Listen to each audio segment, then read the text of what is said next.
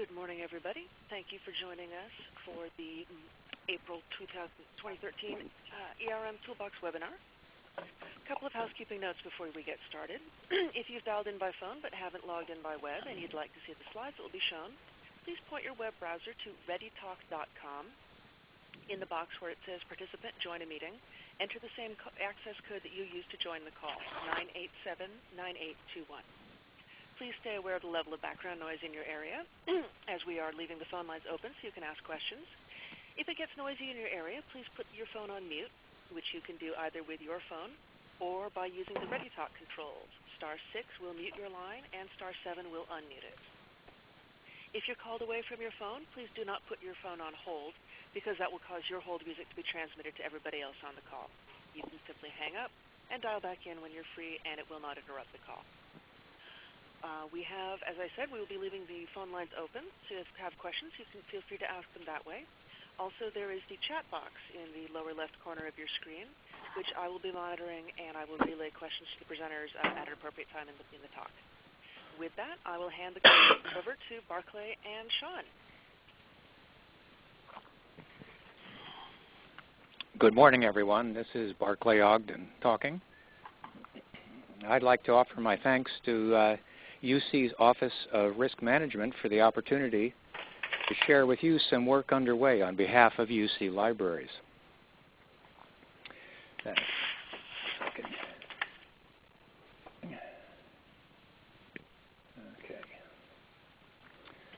So as a preservation librarian, my responsibility is to make sure that the library collections are in serviceable condition when they're needed by students, faculty, and researchers. My challenge is to achieve this goal with resources far too limited to meet the preservation needs of all the collections. So I have to make choices about how to use the resources I have most effectively. Working with Sean Catanese from Bickmore, which is a company under contract with UC to provide risk services, we began an exploration to see if risk management principles and collected data on losses and insurance claims could be harnessed to improve my decision-making with limited resources. The exploration was successful, and the result is an automated instrument to assist research libraries analyze and manage risks of loss to their collection. The instrument is called PRISM, which is an acronym for Preservation Risk Information System.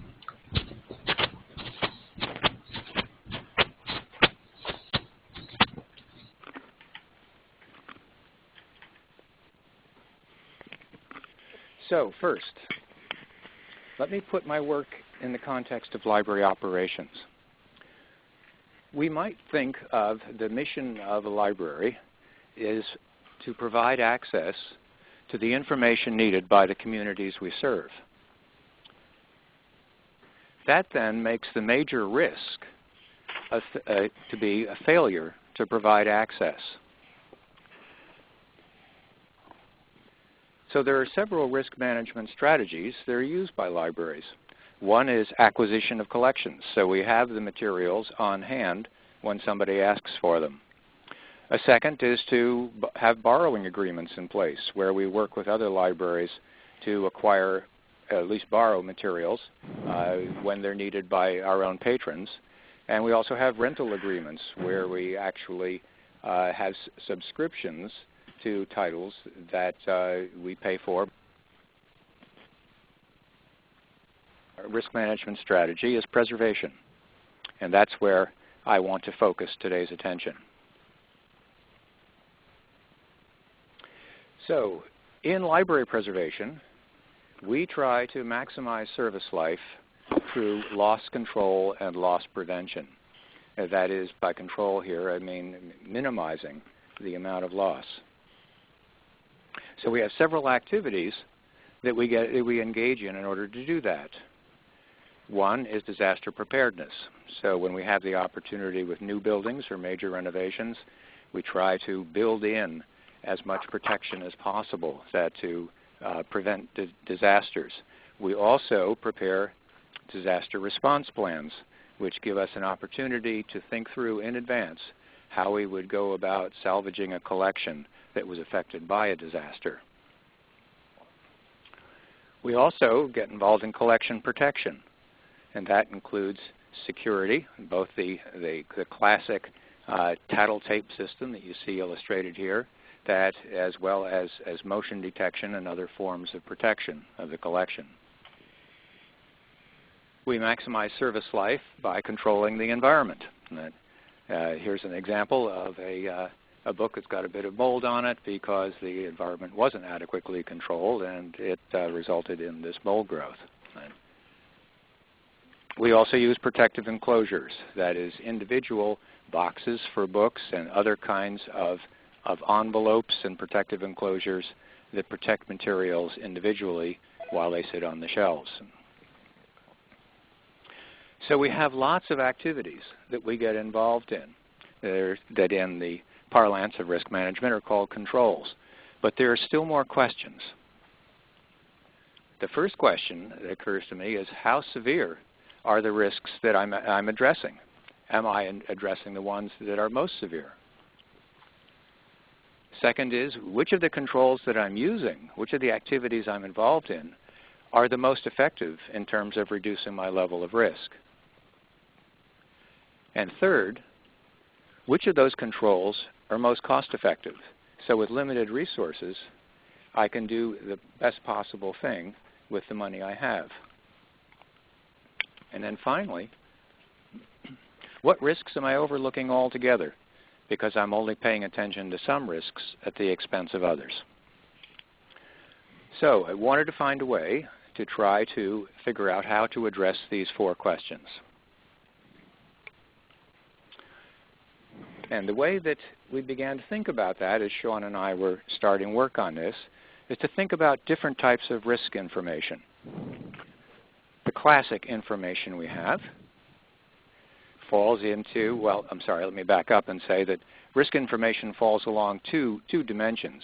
One is how wide is the range of hazards that the risk information addresses,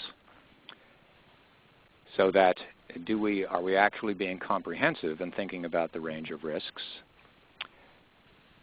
And then secondly, how much evidence, how much really hard evidence do we have with regard to the impact of the of the hazard on the overall collection risk? So looking at these two dimensions, that the range of hazards and the amount of evidence, there are several kinds of information. We have our traditional information, which is the things we learned in school and the things we picked up on the job. There's anecdotal information. There's convenient samples. When we want to know something, we look at a few items. All of these kinds of data taken together I refer to as received knowledge. It's what we've mostly learned over the course of our careers in managing preservation of library collections. However, there are other kinds of information that we also want to take into account and haven't heretofore as successfully as we might.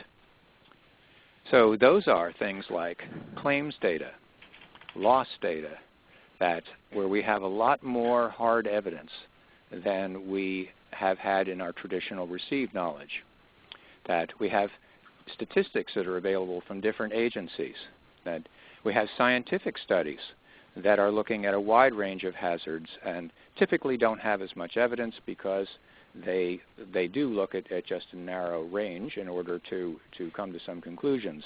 But nonetheless, they have a lot of data to provide that we have not had heretofore. And then finally, there's expert opinion, which lives somewhere in the range, lives somewhere in the world of a better understanding of the range of hazards than most of us have, and more evidence than most of us have in our day-to-day work. So those kinds of information I refer to as derived knowledge, where we're actually picking up additional information from data. Right? The goal then is to figure out how to move from received knowledge to derived knowledge. So in fact, what we're trying to do is build a bridge.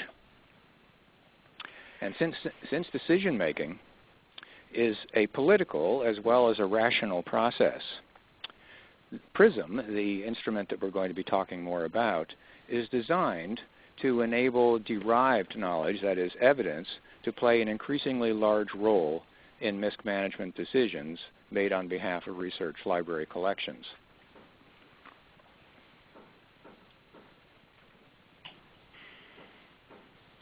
So what's missing? What do we need to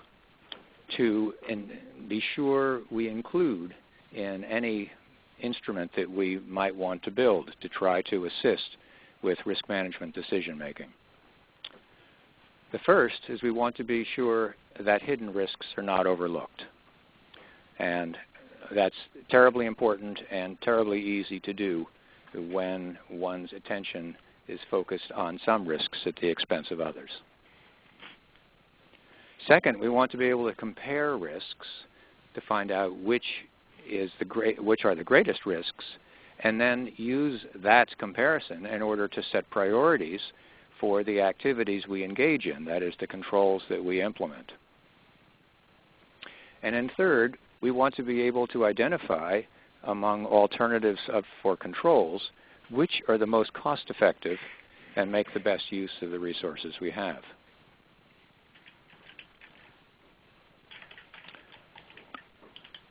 So putting it another way, if we think of risk as kind of a bundle of hazards, all of which can negatively impact the accessibility of the collection, what we need is an instrument that would enable us to separate the components of risk, that is, to separate risk into its individual components. So hence the idea of PRISM. And in this instance, of course, PRISM has meaning, because in physics we can use a prism to divide a beam of light into specific ranges of the visible spectrum. And in similar fashion, this PRISM tool is intended to take the aggregated concept of risk as it applies to library collections and to parse it into a succinct analysis of specific hazards and the ways we control them. So essentially, that as light is broken up into its various colors, that PRISM breaks up risk into various hazards so they can be examined individually. And at this point, I will turn the presentation over to Sean now that we've talked a little bit about what we want to accomplish, Sean will tell us a lot more about how. Thank you. All right, thank you very much, Barclay. So in the process of this project here, it's really, let's just first start on really how PRISM works. We'll go straight into the process. It's a quick 5-step process that we use in this, but let's begin at the beginning. So PRISM is a tool built in Microsoft Excel, and the normal user interface that we see in Excel that can sometimes be intimidating is altered, really stripped away a lot of the more intimidating components of that so that it looks and feels like a customized program. This is also in keeping with some of the other risk assessment type tools that we've built that are available on the University of California ERM website.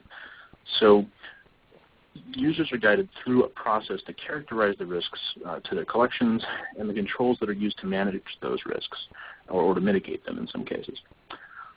So in all of this, though, we try to model reality as closely as possible. Now, everything that you're entering, though, is entirely dependent on the accuracy.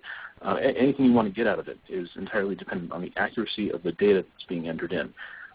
Like most tools, garbage into this tool would equal garbage out of it as well. So it's important. Now, PRISM is an important aid in the risk analysis and decision-making processes, but it can't be a substitute for critical thinking. It's meant to help you. So we start by describing the collection. And in order to do this, we need to know how many volumes are at risk, which media are at risk, and an estimate of what their replacement costs are. Now, in the case of the University of California, we have a wealth of data available here because we have the actual University of California library inventories. So with this information, it's highly specific to our primary user group, which is the UC libraries, but it's a large enough data set that we believe that it can be fairly reliable when applied to other collections. Now that said, one of the other features that we have built into this here is that users can modify data and the information that's put in here really as they need to if they find that the assumptions that we've put in may need modification to match to their real-world expectations for their collection if there's a difference. So let's take a look at the first screen here. Now, what I'm going to show you here are screenshots because of the format of this presentation here. We're not going to actually walk through the demo itself of actually showing you opening up the workbook and that sort of thing. Instead, we're going to take screenshots from the tool itself. So this is actually what the second screen looks like. The introduction page is just basically describing a lot of what Barclay described there in a little bit less detail. That is that Barclay's been much more expository in helping us sort of get to the point where we understand what we need out of this tool. The introduction is just to set that up.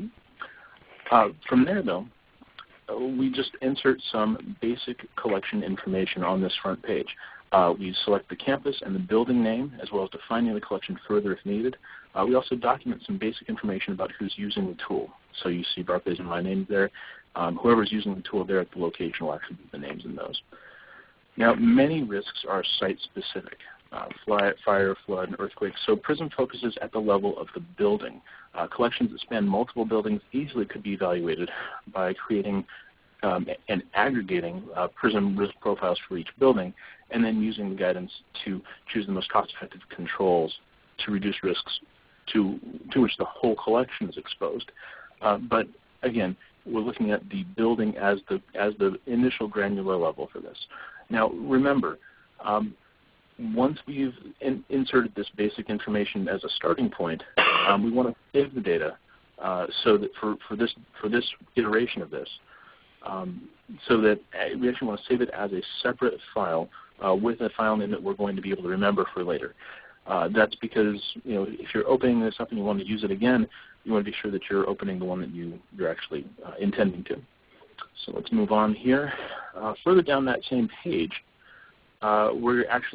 we can automatically, so we can see that once we've selected, in this case it was the Gardner Stacks at UC Berkeley, once we've selected that, the collection size information and unit replacement factors that are specific to UC and UC Berkeley and specific to that building that we've selected, all of that information gets populated in here automatically. Now, if we want, so that's useful if you're evaluating a UC library. We actually use that for all the campuses. We have all of the inventory data in here. And if we want to modify that inventory data, we have that detailed inventory button you can see there on the right-hand side of the screen. And that's an easy way to change specific, so if you have a certain number of manuscripts or a different value for manuscripts within your specific location, we can change that specifically, and that changes the values going forward too. So let's go on to our next bit here. And this is also on this same collection information page here. This is an explanation of what a detailed inventory looks like. Again, you can see how many volumes that we have there, and then we also have a specific number there for each of the quantity and replacement costs. It sounded like there was maybe a question in the background there. Was there a question, or should I just keep going? All right, I'll take the silence to mean and keep going. So from here, let's go on to the next part of how PRISM works. We've talked about gathering collection information. It's pretty straightforward. But now, once we've gathered that information, we need to understand our current risks and controls. What's the status quo for our collection? So we need to, and basically these are the hazards that we're concerned with here are the ones that are going to impair access, that is, impair the mission of the library, or ones that are going to incur significant replacement costs. Now for this, we use derived information, as Barclay sort of alluded to in the beginning there. Derived information is what we are hoping to have this tool lean on more and more. So guidelines, so we actually take guidelines for aging rates and deterioration that are provided by the image permanence sensitive. We also take for flood hazard information. We refer to actually FEMA's own high-risk flood zone maps, and the United States Geological Survey provides information for maps for earthquake likelihood and severity information. And we also use things like the Universal Building Code to describe how buildings are constructed in a consistently applicable way. And when sources like this are unavailable or the data in them is less reliable, then we turn to expert opinions on how various risks may impact the collection. So these are just a handful of the sources that we're using here. And there are more. Yes? We have a question in the chat box. Is the value used in the previous slide taken from the unit value information we get from UCOB? Yes, that's exactly where that's come from. Yes, Gary Leonard was very gracious in providing that for the construction of this tool. Okay. So then we have here, we can go on to what this looks like in practice. And again, I apologize for the smallness of the screen here, the text on the screen here. This is, again, an actual screenshot from PRISM. So under risk information here, you can see we're talking about building construction information. We're also talking about earthquake risk information. And we're asking essentially a series of questions about each of these. So it's a simple questionnaire, and each question's answer changes how PRISM estimates the impact of a specific hazard or set of hazards on the collection. So most of these questions have implications for a single hazard. For instance, the likelihood of an earthquake, according to USGS, really is going to matter primarily for the earthquake hazard. However, there are some questions in here that have applications across hazards. For example, our data analysis indicated a link between public occupancy and theft and vandalism, which seems to make pretty logical sense. That is, a building that is open to the public would have a potentially higher likelihood of theft and vandalism to parts of its collection. But also, there's a link to fire risk, where a collection is open to public occupancy, rather than, for instance, in a closed collection. So that's where we ask the question of public openness or public occupancy for the collection. That answer to that question has implications for how PRISM approaches two different risks. So if we go on to, we can look further down the page here.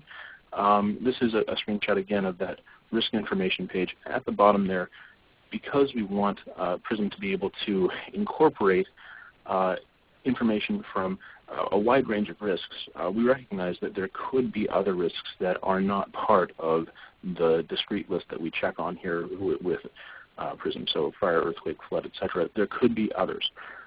This is one way here where we allow a user to define a risk with a brief description and more detailed description, and then also allow that user to say, well, which media does this apply to? And then how likely and severe are those, is that risk to impact that collection? So now this approach, though, does mean that there is necessarily less derived information supporting these estimates on these risks.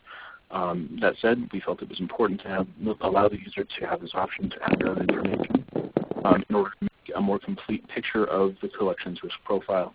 But again, because this information isn't going to be, it doesn't have any hard data behind it aside from the user's own experience and understanding of their own collection, there's going to be a little bit more flexibility in this data needed in the analysis. So once we've got information about the risks and information about the collection as a whole, then we want to understand how the risks impact the collection. And for that, we actually went straight to property insurance claims data. We have a number of institutions across the U.S. that have provided information well, they've provided information to us here, and it's very specific to libraries and cultural collections.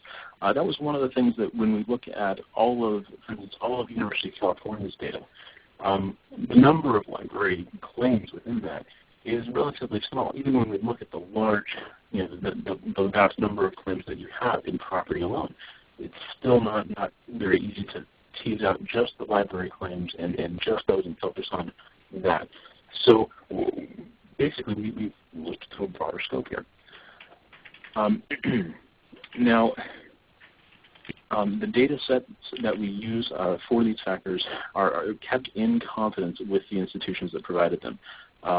Now, we use statistics and information that PRISM derives from it to estimate how each risk may impact the collection in any given year, but the data itself that we've gathered on these claims remains completely outside of the tool. Now, occasionally, these statistics just aren't collected at a specific enough level where we would really want to describe that we feel like it comfortably describes the relationship we're trying to examine. So in these cases here, then PRISM will rely on the collected opinions of experts. So this is, again, when we don't have that claims data, you remember that chart that Barclay showed us earlier, we have one of the other resources here, again, is expert opinions. And we also use this in the risk information. We also use it in the risk profile. So as you'll see here, once we're done with kind of getting an understanding of the impacts, then rather than having a user write up a report or analysis for it, we have PRISM do that for the user. It's a pretty straightforward thing. Let's go to some screenshots for that. So let's move down here.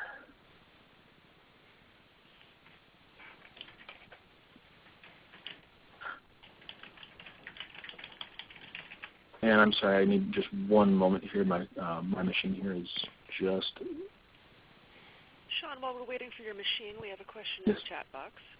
What is the unit of measure for earthquake probability? Okay.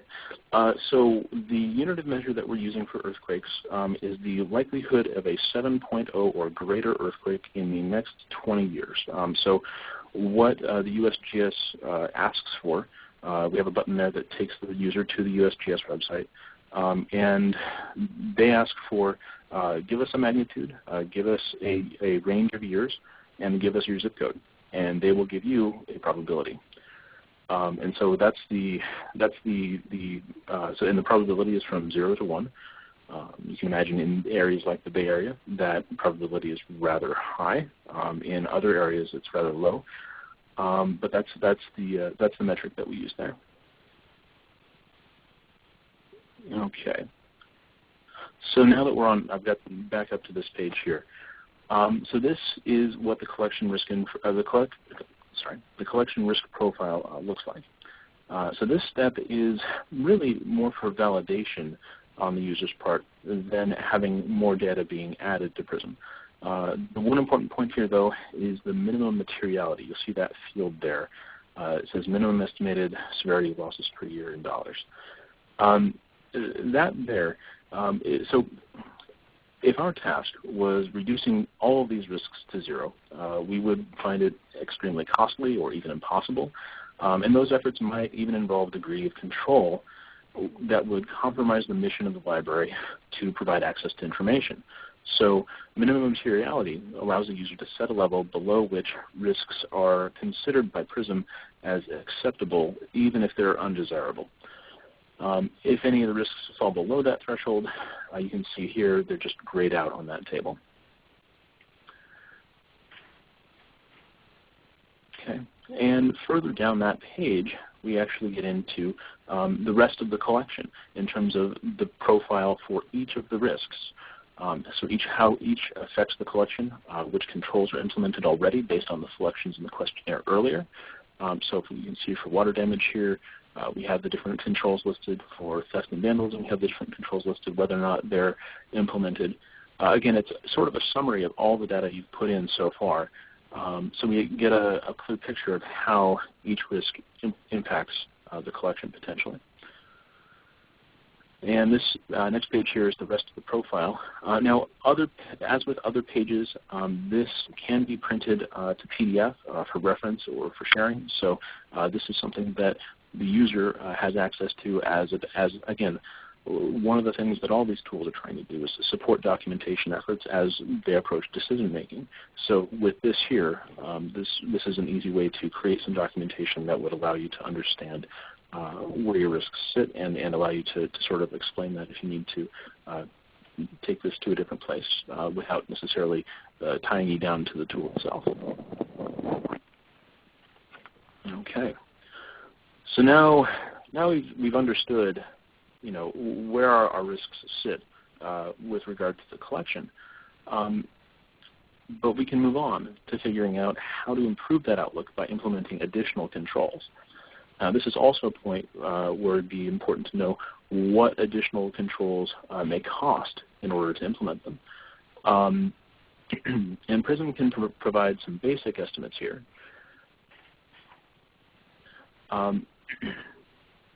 But a user's own estimates are also likely to be more reliable and specific. So, for instance, let's actually take a look at how this works with regard to fire sprinklers. We're using a screenshot here from, again, using a screenshot directly from PRISM. And when we see this here, this is what the proposed changes page looks like. And again, we get to see, this is sort of revisiting the questionnaire, but it's modified now. So each of the controls that we've talked about now, if they've been implemented before, you can see they're grayed out, and there's a little note there that says they've been implemented. But if there's an interest in implementing, say, a fire suppression system here, then PRISM pops up and asks, well, do you want wet pipe or dry pipe? And then based upon those selections and based upon the collection size, then PRISM would estimate a cost for that control. Now this is not a quote that you can go take to a contractor and say you should go no higher than this. Of course, this is again just an estimate, but this estimate here is actually using real information for what it costs to install sprinklers. So we take this information also for the other controls. And this applies to each one of these boxes here. And again, I'm not going to go through the other pages necessarily as we scroll down, but each one of them has this, where there's a box and you can check that box. If you do, then you get two columns at the right. One is for the estimated cost that PRISM has, and the other one is the one that the user can make. So basically, if the estimate is more accurate for that, you can still use that, or if you have more independent research that you want to put into deciding, well, what does this cost me? But this is, again, PRISM is providing a starting point for that. So once we've decided which controls we're going to implement, then we want to basically put together one report. So this is the analysis that we've done. Summarizes all the information we put in this throughout. And again, like with the risk profile, PRISM does most of the work with regard to the report. So the report summarizes PRISM's methodology and reviews the current status of the collection and its risks. Then it takes all of the proposed controls and analyzes them based on their cost effectiveness. That is that we take cost effectiveness and express it in two terms. We first, as dollars saved, that's reduced or mitigated losses that we would expect as a result of the control, compared to dollars expended to implement the control. And second, as an improvement to service life in the collection, again, compared to dollars expended. It sounds like there might have been a question there. Okay, so I'm going to move on to the screenshot here. This is, again, the buttons that we've been seeing on the screenshots appear, actually should appear higher up on this page here, but I wanted to give you a more complete shot of what the actual report looks like when it comes out.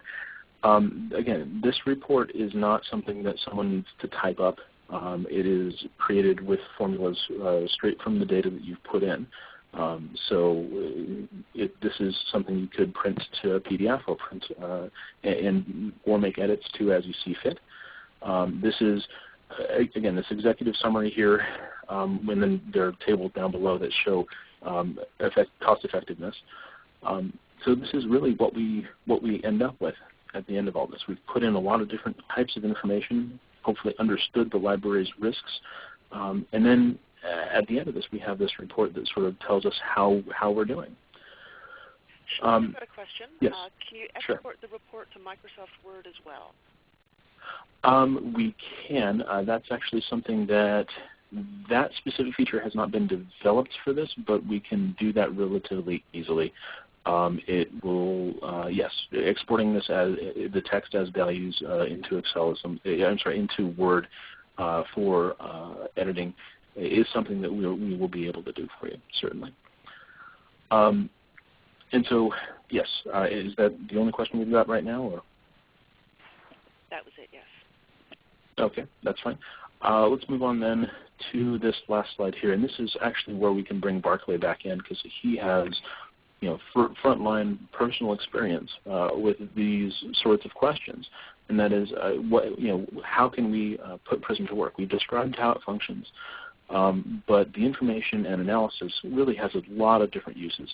Now, risk managers and preservationists, I'd say, have very different approaches to collections and their risks. So much so that they can almost be described as having different languages in their approach. A risk manager has competing priorities across many different operations on a campus, and often the common consideration in decision making is dollars lost or damage averted compared to dollars expended. But a preservationist thinking is much more often framed in terms of how long and at what quality the collection can serve the people seeking the information it contains. Now, those are really different paradigms, but they're both working within that same context of an environment with limited resources and multiple competing priorities. So we express the collections risks in both of those terms in the hopes of bridging that gap. And it also allows those priorities to be set with common understanding between the risk owners and the decision makers. It's also common to implement certain controls just as a matter of course without considering their cost alternatives. Barclay talked about this when he was mentioning traditions in library preservation. When we look at that, PRISM does use a cost-benefit ratio, even an estimated one. It can take those factors. It takes that concept, and it may turn it on its head in some cases. Now, that doesn't mean that those controls necessarily should be gotten rid of, but it does make the business case for perhaps different controls. Now, this is again. Relevant in an environment where resources are finite and needs are many, and that's definitely one that we see throughout higher education, throughout the University of California system. It's one of those things, just working smarter. Now, in the case of unfavorable cost-benefit analysis, we just want the user to consider the other factors that are at work in making the business case for certain controls. So that means that we wouldn't necessarily say just don't do this because PRISM said so. Again, this is not a substitute for thinking, but it's meant to help you out. So that's where this stands. And again, this is beyond the purposes of this webinar. This same concept and introduction to this tool with a bit more demonstration we'll be presenting later on at Irvine and Davis at the Fine Arts Symposia there in this week and next week. And then you'll see us at Risk Summit, which is one thing that Barclay and I were very happy to be able to contribute to. So again, we'll be around with this tool, and if you have questions now, we'd be happy to take them. And if you'd like to stew on your questions a bit more and come ask us at one of those forums, we'd be more than happy to take them there too.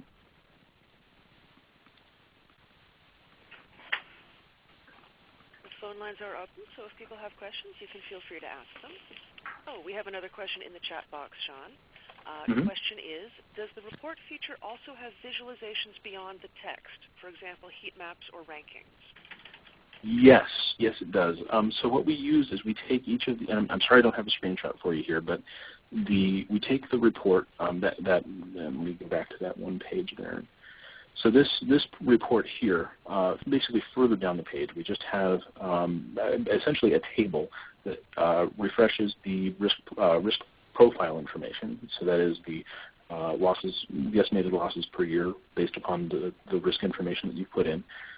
So we take that information, we've got that there, but then beyond that, we take each of the controls that are being listed as to be implemented in the proposed controls section. We take each of those there, and we have a cost benefit for them, and we also rank them based upon how effective they are for that. So we do have that there. So that's, I do realize that a page full of text by itself, while professional and to the point, sometimes for the right kind of decision making and the right kind of support for that kind of message, you do want, you definitely do want to have a few more graphics as a part of it. We've also had another question come in. How did you learn to adapt Excel into such a sophisticated tool? Was it a book or a class, or are you just naturally inclined? Okay, it's a little bit of all those things. Part of, and I hesitate to toot the horn of natural ability because that's really, this is definitely something that can be taught. But and I don't want to get too far afield from this tool itself, but so University of California Office of the President has a whole suite of risk assessment type tools. This actually marks the 12th of the tools that we have in that suite. Each of them uses Excel in a very similar way. And so when Grace came to us, maybe 2 or 3 years ago and said, hey, this is what I'm doing for risk assessment. Can we work on this and maybe change this up a bit and make it more user-friendly? But at the same time, we don't want to set up something with logins and authentication problems. We want to be able to share this easily. So we built it in Excel for that purpose because anybody can open an Excel file, which is true for this tool here too. Anybody can open it. It's not, the intellectual property embedded in it is proprietary to University of California, but the access of the tool itself it's a very accessible one. But yeah, that's exactly, so we built it through that. My own knowledge of this came through some quantitative economic analysis classes in college and some other courses like that. And then, of course, there are books. If you're looking for information on how to display information and build user interfaces like this, that's definitely, there are a whole cottage industry of that. But again, this tool here is built is built using Excel primarily because we want people to be able to access it easily. Without having to have administrator privileges on their computers, for instance. You'll see we don't have any macros built into this one at the moment. This is all formula-based. Yeah, that's the long answer to that question. Oh, a couple more questions coming in. Is the UC approaching a cost of controls from a system-wide perspective, or are funding questions solely to be addressed at the location level? That is not a question that I personally have the answer to. I don't know if Barclay has some more experience in the actual field of implementing these controls on the ground. Maybe Barclay, can you speak to how these decisions, once they're made, would be funded? Well, perhaps I can add that the insurance policies that the university carries for the protection of library collections are managed through the system-wide Office of Risk Management. So opportunities to reduce risks quite possibly would be addressed on a system-wide basis as well. And that is a useful way to think about that, and that's something that we've all been taught to think about with the leadership that we've had in risk management, is that at the University of California, it's definitely the power of 10, that we have 10 campuses here, and that if there is a solution that can be applied to others usefully, we have a great opportunity in that. And that applies to the housing and dining folks and their slip-free shoes, and it applies to libraries and the controls that they implement also as well. So there's definitely There's an economy of scale available for some of these controls, certainly, but that's finding those opportunities is hopefully one thing that this can help generate the discussion on. Another question's come in. Will a demo of this be available to see? Is there a website name or on the MMR portal, perhaps? Yes. So for internal UC users, we will be putting this up on the MMR portal. Will be a webinar created, actually more or less a more interactive. For each one of these tools, we create a more interactive demonstration of the actual tool operation. Again, ReadyTalk doesn't support necessarily the same kind of animation that we would need for it, and this format of a 1-hour webinar is probably less inclined to that distinct demonstration. But yes, the MMR portal will have it. For users outside of UC, what we ask is that you contact the ERM help desk. That's ERM at ucop.edu, and contact them with your requests for this tool. We're still the tool itself is complete, but we're trying to figure out final approvals on how we would work that out. So we're still working that part of it in terms of sharing outside of UC. But again, that's something that we definitely have an interest in sharing this knowledge. Also, for anybody who will be attending the RISC Summit, I'm looking at the schedule, and the session on PRISM will be on Friday, June 7th at 9:10 a.m. Yep, and that'll be the two of us presenting there as well, and you'll be able to see, I think, a more detailed demo there. We'll actually have the Excel file that we can open up and show you. All right. Are there any further questions? If not, I will thank both of our presenters. Thank you, Barclay. Thank you, Sean. Very much appreciated having you here. We appreciate everybody for joining us, and we see you at the future ERM Toolbox webinars. Thank you. Thank you, Emily. Thank you, Emily, for hosting.